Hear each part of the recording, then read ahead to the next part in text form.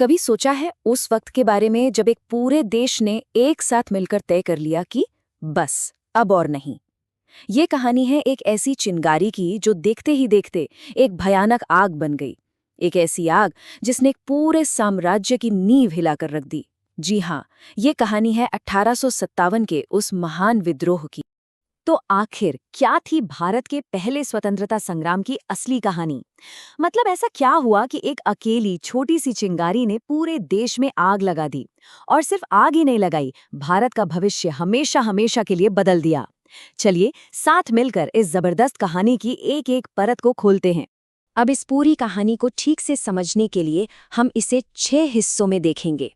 सबसे पहले बात करेंगे उस सुलगती हुई चिंगारी की, फिर सुनेंगे विद्रोह की पहली आवाज। इसके बाद हम मेरठ से दिल्ली तक उस आग का पीछा करेंगे और हाँ, क्रांति के उन महान हीरोज से भी मिलेंगे। फिर ये भी देखेंगे कि आखिर वो सपना टूटा क्यों, और सबसे आखिर में जानेंगे कि वो अपने पीछे क्या विरासत छोड़ गया। देखिए, कोई भी बड़ी क्रांति न एकदम से धमाके के साथ शुरू नहीं होती। इसकी शुरुआत होती है एक धीमी सी सुगबुगाहट से, एक बेचैनी से। और उस वक्त ईस्ट इंडिया कंपनी के राज में ये बेचैनी कह सकते हैं कि दिन ब दिन बढ़ती ही जा रही थी। सोचिए तो, ईस्ट इंडिया कंपनी 1600 में सिर्फ एक ट्रेडर बनकर आई थी, है ना? लेकिन महज 150 साल के अंदर वो एक बिजनेस कंपनी से एक क्रूर पॉलिटिकल पावर बन गई। 1857 आते आते तो हालत ये थी कि उसकी पकड़ ने लगभग पूरे भारत को जकड़ लिया था।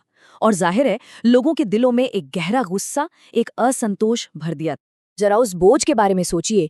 एक तरफ कमर तोड़ देने वाले टैक्स, दूसरी तरफ हमारे स्थानीय शासक जिनका कभी कितना सम्मान था, वो एक एक करके अपनी सत्ता खो रहे थे।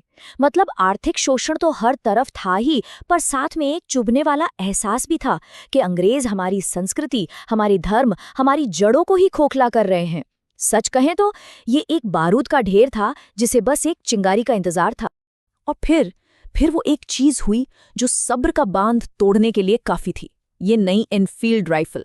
एक अफवाह जंगल की आग की तरह फैली कि इन राइफल्स के कारतूसों पर गाय और सुअर की चर्बी लगी है। अब सोचिए, हिंदू और मुस्लिम सिपाहियों के लिए ये सिर्फ एक बेइज्जती नहीं थी, नहीं, ये उनके धर्म पर, उनकी आस्था पर सीधा सीधा हमला था। बस धर्म पर हुआ यही हमला वो आखिरी चिंगारी थी। और एक इंसान था जो इस चिंगारी को शोला बनाने वाला था। यही थी विद्रोह की पहली बुलंद आवाज। नाम था Mangal Pandey, 34th Bengal native infantry का एक आम सा सिपाही। एक ऐसा नौजवान जिसे शायद खुद भी नहीं पता था कि उसका एक कदम इतिहास लिखने वाला है। तारीख थी 29 मार्च 1857। जगह बैरकपुर। मंगल पांडे ने एक ब्रिटिश अफसर पर पहली गोली चला दी। ये खुले विद्रोह का पहला कदम था। हाँ, इसके लिए उन्हें फांसी पर चढ़ा दिया गया, लेकिन उन्होंने जो चिंगारी जलाई थी ना, वो अब बुझने वाली नहीं थी। वो तो अब पूरे हिंदुस्तान में फैलने वाली।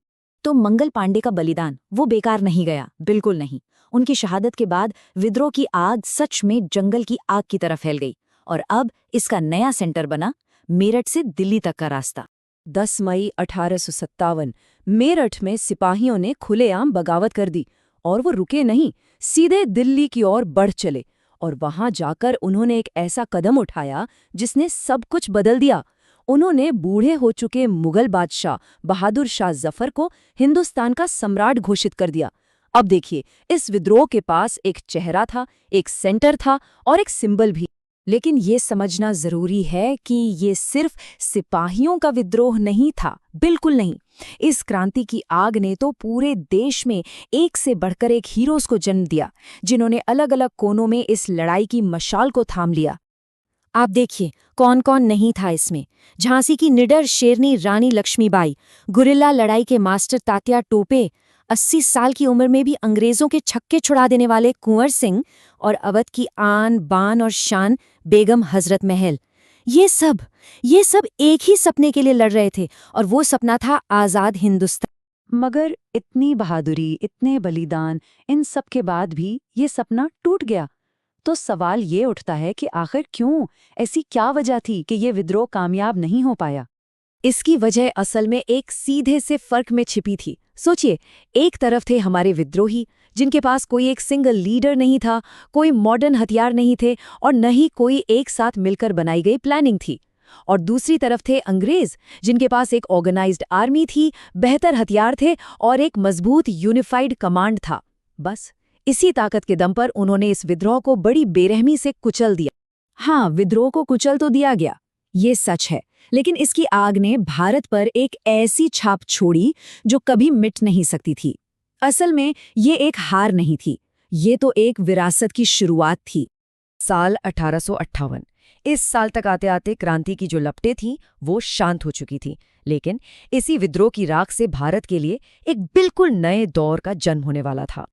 और इसके जो नतीजे हुए वो बहुत बड़े और दूर तक असर करने वाले थे। सबसे पहली बात, ईस्ट इंडिया कंपनी का राज खत्म हो गया। दूसरी बात, भारत अब सीधे ब्रिटिश क्राउन के अंडर आ गया।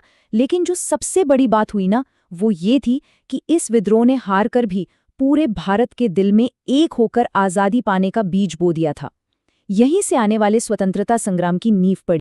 तो आखिर में हम ये कह सकते हैं कि 1857 की क्रांति सिर्फ एक लड़ाई नहीं थी। नहीं, वो तो आने वाले एक बहुत बड़े तूफान की पहली चेतावनी थी। एक ऐसी ललकार जो ठीक 90 साल बाद 1947 में आज़ादी की गूंज बनकर लौटी। और यही थी भारत के पहले स्वतंत्रता संग्राम की वो अमर कहानी।